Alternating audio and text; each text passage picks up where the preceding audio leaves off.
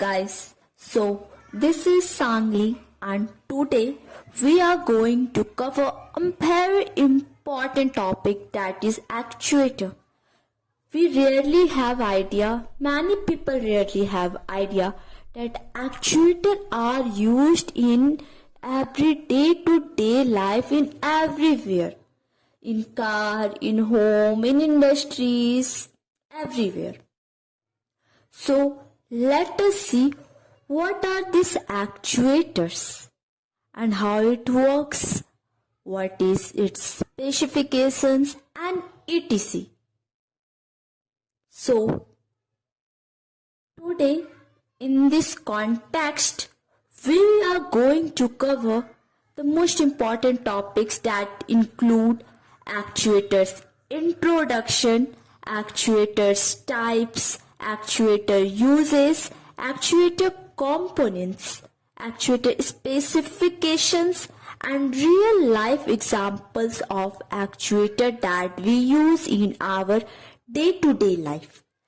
And actuator inner connection, that's our final topic, and in this only we are going to discuss how actually actuator works. So what is actuators? A device that produce controllable output that are controlled, that can be controlled. Second point, which we can trigger displacement output, means the displacement output that are produced by the actuators can be triggered with ours. Third point, a device that produce motion by going through system by converting energies and signals, means a device, it is a device that goes through various systems, internal connections and convert various energies and signals to produce another types of energies and signals. Fourth line, which help us to achieve our physical movement through energy conversion process, means its purpose to move, lift and tackle objects. These are those which find useful in human dependency on machine. Thus we can say that actuators are those devices which has replaced the human efforts, human tendency to work, that all are done or over replaced by actuators. Means it has to replace our manual work through machine made devices. Let us know actuator applications. What are its applications and in which areas and how? First, robotics. In robotics, it is mainly used in arm, elbow movement, wrist movement. Second, aircraft. We have visited in aircraft, aeroplane, and we know how this takeoff of aircraft take place, that all are done through wings, and this movement of wings, that aileron, rudder, elevator, spoiler, that all movement is controlled through actuators. Means all movement works are controlled through actuators. Third one, missile torpedoes, fixed control actuation systems. Automobiles that we all are aware of, that's power window, door opening, closing of buses, vehicles, etc. Let us see actuator internal components. What are internal components? That we are not knowing that how this actuator works or what are its inner components. Let us see. Its inner component include motor, controller board, feedback element, transmission mechanism and mechanical load. Motor that we know There are many types of motor that are used in several purposes like conversion of electrical to mechanical, mechanical to electrical, and many more. We can use servo motor, BLDC motor, PDC motor, AC motor, DC motor, many more. That I am going to explain this all in our next topic, means next video. So let's see what is this controller board. Controller board, we can say that controller board is the main components of actuator internal part that control the entire functioning of the actuators. Controller internal functions are controlled through mainly 2-3 boards, which include DSP board, power source board, DC-DC converter, and BLDC motor board.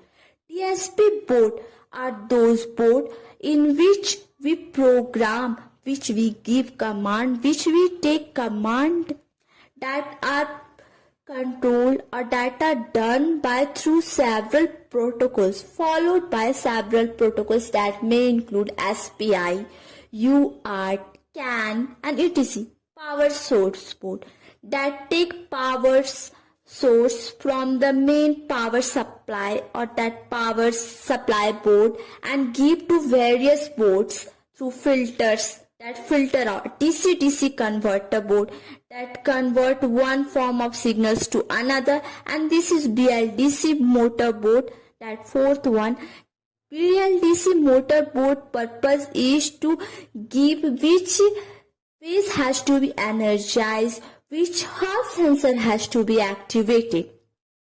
Let's see our third component, that's a feedback element. We have energized the motor, we have given the command to the controller board, but all that is done. But we need our feedback element. What is the response? What is what we say reviews? What feedback?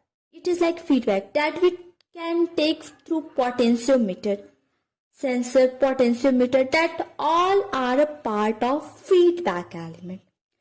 Fourth is our transmission mechanism that may include that gear, planetary gear, sun gear, shaft, that all are transmission mechanisms, that mechanical parts. Fourth one is mechanical load, that the load, that actuator for which purpose it has been made. So mechanical load is a load, like we are making actuators for our aircraft, means to handle, in aircraft our load is that air. Similarly, in some industries, load can be of any type. So that load should be necessary for, depending upon the load we make actuators. This should be remembered. Let us see what are actuator specification, that functional test that we should do after that actuator internal components had been built completely. That specification should be met. There are few specifications that I have idea, I know, and that I am going to show you. That first is isolation check. That you should check the chassis and actuators, all that resistance, capacitance, inductance values that should not be greater than your requirement. Then it comes to polarity check. Third is bus redundancy check if you are checking it digitally. Fourth is damping ratio. Fifth is step response. Sixth is bandwidth. Seventh is threshold. 8 is stiffness. And 9 is free play. 10 is calibration. Calibration is necessary. And third and most important that people may forget, that is current and voltage level of our actuator specification. This should be remembered, that current and voltage should be within limited.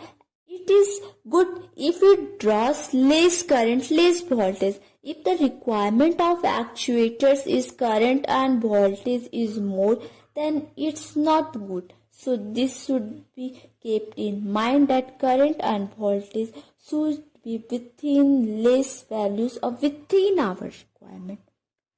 So this is our real life examples of actuators. Here you can see actuator has been. So this should be kept in mind that current and voltage should be within less values or within our requirement. So this is our real life examples of actuators. Here you can see actuator has been used all those highlighted areas where let us start from our beginning, that slate part, that is for movement of up and down. Similarly, our aileron, spoiler, flap. As you have traveled through aeroplane, you have seen the movement of aileron, spoiler, flap. That all is done through actuators. That elevator at the backside and rudder, all movement are controlled through actuator. Even some engines control is also done by actuators. Actuators types. Let us see actuator types. Actuators are mainly divided in two categories.